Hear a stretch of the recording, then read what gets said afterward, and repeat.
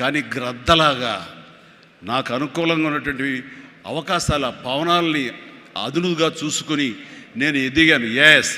దాన్ని పాజిటివ్గా తీసుకున్నాను.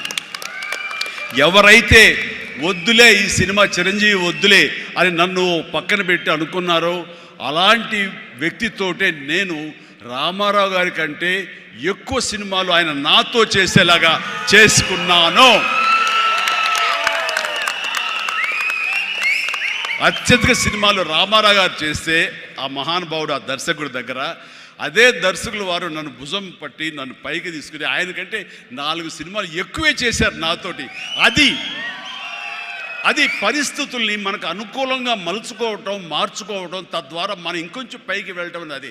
ఆ రోజున డిసప్పాయింట్ అయిపోయి నీ కసి లేకుండా లేదా ఆ కసిని నెగిటివిటీ పెట్టి మార్చుకుంటే కనుక అది నిన్ను తినేస్తుంది. నువ్వు ఇలాగే ఉండిపోతావు, అలాగే దిగజారిపోతావు, అలాగే కనుమరుగైపోతావు. అలా కాదు, మనం ఎదురు తిరగాలి, పరిస్థితులు మనం అనుకూలంగా మార్చుకోవాలి. అందునే గ్రద్ద ఫిలాసఫీ నాకు ఫిలాసఫీ. అండ్ ఎదిగాను, పైకి వెళ్తూ వచ్చాను. ఆయన దగ్గరే నా రికార్డులు ఉన్నాయి.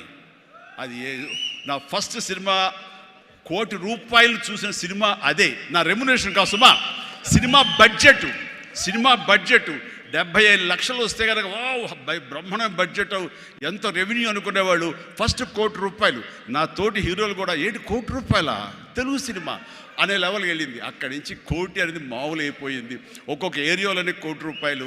ఆ తర్వాత నా రెమ్యూనరేషన్ ₹1 కోటి పైబడి అలా అంచెంచుగా ఎదుగుతూ వచ్చాను. నేనేమన్నానంటే మీ బలం మీ పాజిటివ్ థింకింగ్, మీ బలం మీ కన్విక్షన్, మీ బలం మీ ధ్యేయం నుంచి పక్కదారి పట్టకపోవటం. మీరు ఎవరైనా సరే మీ ఎయిమ్ ఏంటి అనే దాన్ని మీరు ఫిక్స్ చేసుకోండి. ఆ ఎయిమ్ని వెళ్ళటం కోసంగా దారులు వెతుక్కోండి. అవకాశాలు ఇలాగ అబండెంట్గా ఉంటాయి. వాటిల్లో మనకు కావలసిన అవకాశాలు, మన ధ్యేయానికి లక్ష్యానికి దగ్గరగా ఉండే అవకాశాలు మనకి పాపపై కనపడుతుంటాయి. ఆ పాపపై కనపడే దాన్ని మనం గుర్తించగలగాలి, వాటిని ఎంబ్రేస్ చేసుకోగలగాలి, వాటిని మనకు అనుకూలంగా మనం మలుచుకోగలగాలి, అవి మనం బలంగా చేసుకోగలగాలి, వెళ్ళాలి. ఇనీషియల్గా వెళ్ళినప్పుడు డబ్బే సంపాదించుకోండి. డబ్బే కాదు ప్రధానం, నిలదొక్కుకోవడం ప్రధానం.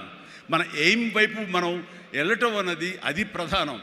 వెళ్ళిన తర్వాత డబ్బు ఆటోమేటిక్గా వస్తుంది. అనుకున్నావా ఇంత వస్తుందని, ఆ తర్వాత డబ్బునే పెంచుతుంది. సో నేను అలాగే వెళ్తూ వచ్చాను. నిలదొక్కుకోవాలి, ఇక్కడ నెంబర్ 1 అనిపించుకోవాలి, నా స్థానం సుస్థిరం. ఇది లేకపోతే నేను బయట నయా పైసాకి పని చేయను. ప్రైమ్ టైం నా లైఫ్లో అయిపోయింది కాబట్టి ఇక్కడ ఏమైనా సరే అని ఆ రకంగా వెళ్ళాడు. ఎక్కడ ఈగోకు వెళ్ళకుండా, ఎక్కడ హర్ట్ అవ్వకుండా, వాళ్ళు నన్ను సినిమాలను తీసేసరే, నన్ను కాదన్నారే అనే కోపం కంటే కూడాను వాళ్ళని ప్రసన్నం చేసుకోవాలి.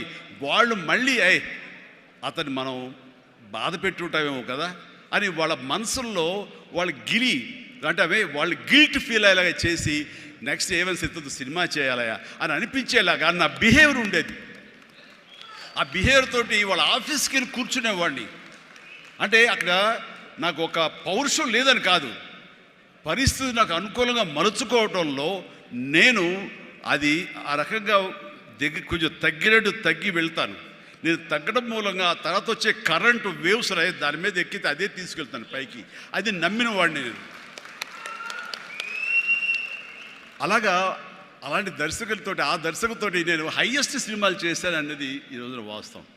అలాగే ఇక్కడ సినిమా ఇండస్ట్రీలో నీ టాలెంట్ అనేది ఇనిషియల్ స్టేజ్లో secondary. How you behave, how you cooperate with the producers. So all the time how you look in to their benefit, వాళ్ళ బాగులు ఎలా చూసుకుంటావు, వాళ్ళకి లాభం రావాలి ఎలా చూసుకుంటావు అనే దాని మీద దృష్టి పెడితే అది నిన్ను మరింత దగ్గర చేర్చుకుంటుంది.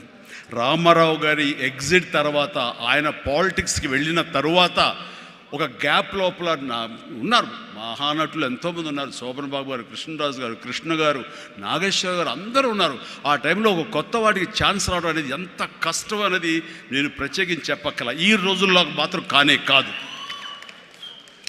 ఆ రోజుల్లో ఏంటి అంటే నా టాలెంట్ ఉంది కదా ఎస్ అని అనుకుంటే కుదరదు బాబు. నీ బిహేవియర్ కూడా దానికి అడిషనల్గా యాడ్ అవ్వాలి.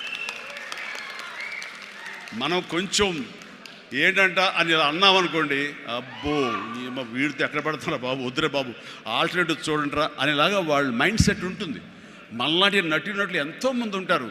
బట్ వాళ్ళలో మనం బెస్ట్ ఆప్షన్ అంటే అపార్ట్ ఫ్రమ్ అవర్ హిస్టానిక్ టాలెంట్స్, మనకున్న నైపుణ్యం కంటే కూడా మన వ్యక్తిత్వం అని కూడా అక్కడ చాలా చాలా ప్రధానమైన పాత్ర వహిస్తుంది.